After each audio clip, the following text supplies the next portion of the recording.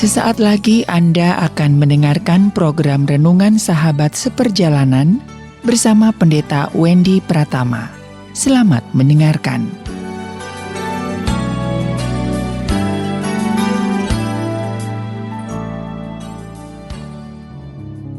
Selamat berjumpa kembali dalam layanan audio Sahabat Seperjalanan. Hari ini adalah hari Kamis 26 November 2020.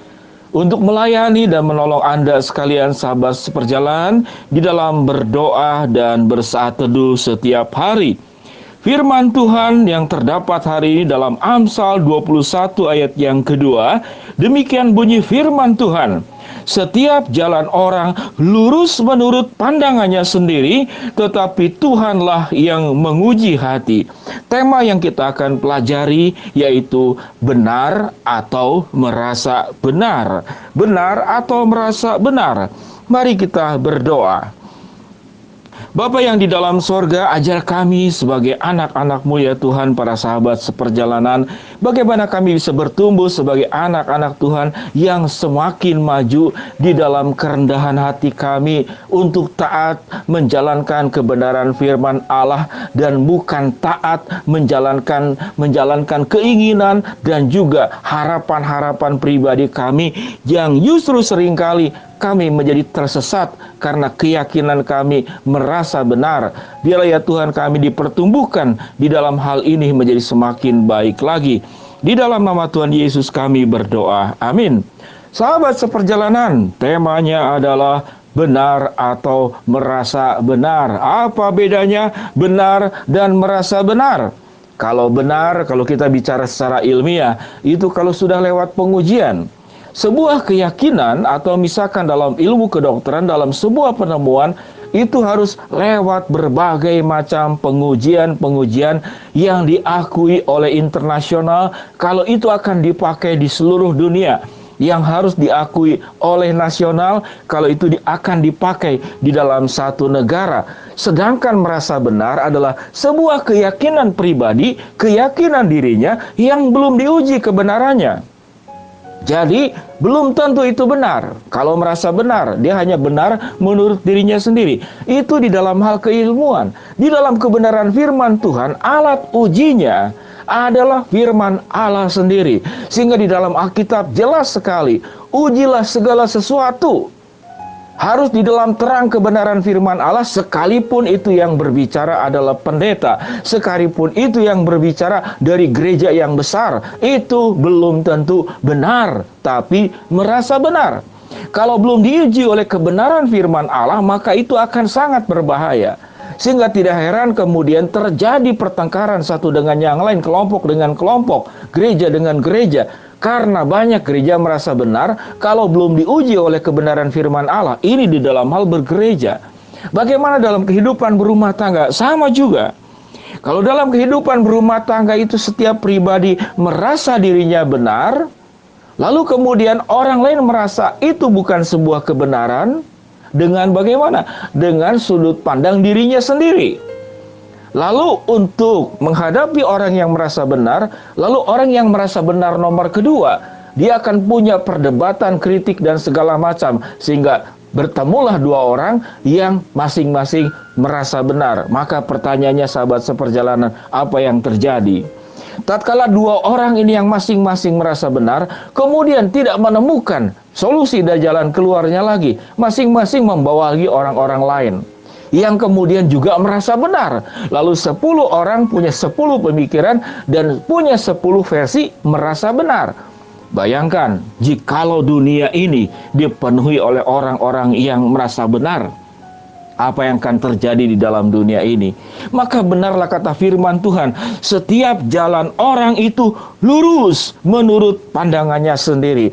Setiap orang itu merasa benar menurut pandangannya sendiri. Lalu siapa yang akan mengujinya? Firman Tuhan berkata, tetapi Tuhanlah yang menguji hati. Tetapi firman Tuhanlah yang menguji hati. Amsal 21 ayat yang kedua. Untuk menjadi orang hidup di dalam kebenaran harus membaca dan menghafal Amsal 21 ayat yang kedua. Cukup menarik ya. Amsal ini Amsal 212. Amsal 21 ayat yang kedua. Sahabat seperjalanan yang dikasihi Tuhan, orang yang merasa benar itu berdampak buruk buat dirinya dan juga buat orang lain. Nah, orang yang merasa benar itu bagaimana? Dia akan dijauhkan. Jadi kalau Anda ingin hidup Anda dikelilingi oleh orang-orang, maka jangan hidup merasa benar. Kalau engkau merasa benar, engkau akan dijauhkan oleh siapapun. Lalu orang yang merasa benar, itu dalam kehidupannya tidak pernah berkembang. Karena dia sudah merasa benar, dia tidak perlu belajar lagi hal yang lain. Lalu orang yang merasa benar, itu akan hidup tetap di dalam kebodohan. Dia tidak akan berkembang. Dia tidak pernah akan menjadi pintar, hanya dia merasa pintar saja. Lalu orang yang merasa benar, apa akibatnya buat orang lain? Kalau Anda sudah berumah tangga, kalau Anda sebagai pimpinan perusahaan, kalau Anda seorang pimpinan dalam sebuah organisasi, lalu Anda merasa benar, maka Anda sedang memberikan warisan yang buruk buat anak cucumu. Warisan yang buruk kepada siapa? Kepada anak buahmu. Kalau engkau hidup merasa benar. Karena orang-orang yang di bawah itu akan mencontoh engkau. Kalau engkau buruk, maka itu akan menular kepada semua lingkungan. Tatkala engkau kaya, engkau berkedudukan, engkau punya pengaruh, lalu hidupmu hidup di dalam rasa benar, itu berbahaya buat orang lain dan buat dirimu. Dan orang yang hidup merasa benar, dia akan, apa yang akibatnya buat orang lain? Itu akan melukai orang lain. Karena orang merasa benar, dia cenderung akan merendahkan orang lain. Tidak menghargai orang lain. Tidak mau mendengar pendapat orang lain. Sehingga menimbulkan kalau yang mentalnya itu lemah, dia akan merasa minder. Wah, saya tidak berguna, saya tidak pernah baik. Banyak anak-anak yang tumbuh secara ekonomi baik, makannya cukup, badannya sehat, segala sesuatunya baik, kulitnya bagus, rambutnya terurus, namun dia minder, insecure. Dia merasa tidak berguna. Mengapa? Karena dia terus disalahkan oleh pribadi-pribadi yang hidupnya merasa benar. Dan orang-orang yang terus disalahkan oleh orang yang merasa benar, di dalam kondisi yang paling parah, dia akan mengalami depresi. Di dalam kondisi yang lebih parah lagi, orang ini bisa berakhir dengan bunuh diri. Karena tidak pernah dihargai, karena tidak pernah dinilai sebagai sesuatu yang baik. Setiap pribadi punya pandangan, punya pemikiran. Sahabat seperjalanan yang dikasihi Tuhan, mari kita belajar di dalam kehidupan ini untuk hidup benar. Orang yang hidupnya benar, dia akan terbuka terus belajar kebenaran firman Allah. Orang yang hidupnya benar, dia tatkala melihat dan segala sesuatu itu akan melihat hal-hal yang baik. Dia akan mendengar komentar-komentar orang, pengajaran segala sesuatu, dicerna dulu apa manfaat baik yang kita perlu pelajari. Bukankah firman Tuhan mengajarkan, jangankan dari manusia, dari binatang pun kita harus belajar. Engkau harus belajar kepada semut, bagaimana kerajinannya. Engkau harus belajar kepada cicak, binatang yang lemah, namun ada di istana-istana raja. Engkau harus belajar kepada pelanduk, engkau harus belajar kepada burung yang tidak punya kemampuan membangun arsitek rumah, namun dia punya kemampuan membangun sarang buat anak-anaknya.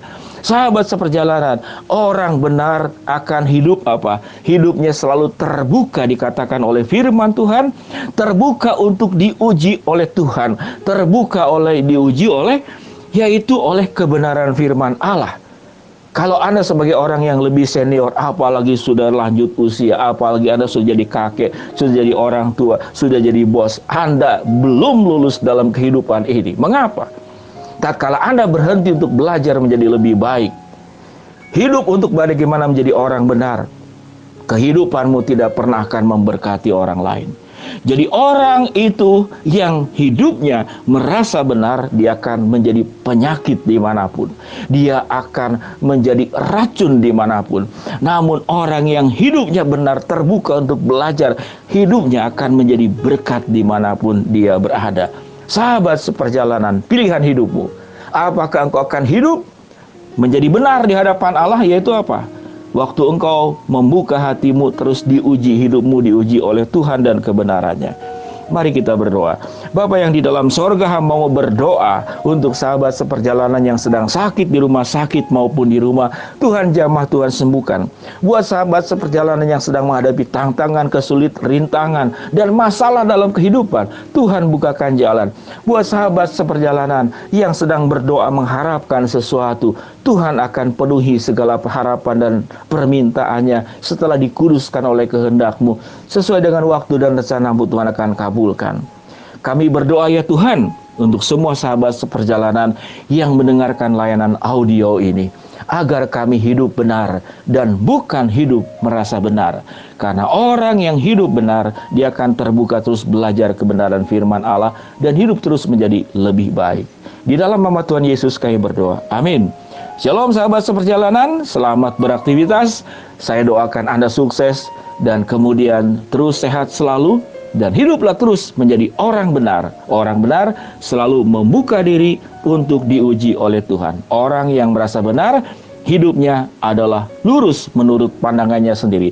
Amsal 21 ayat yang kedua. Shalom, Tuhan memberkati. Amin.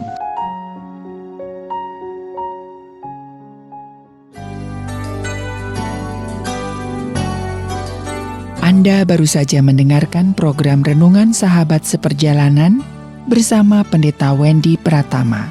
Terima kasih atas perhatian Anda. Tuhan Yesus memberkati.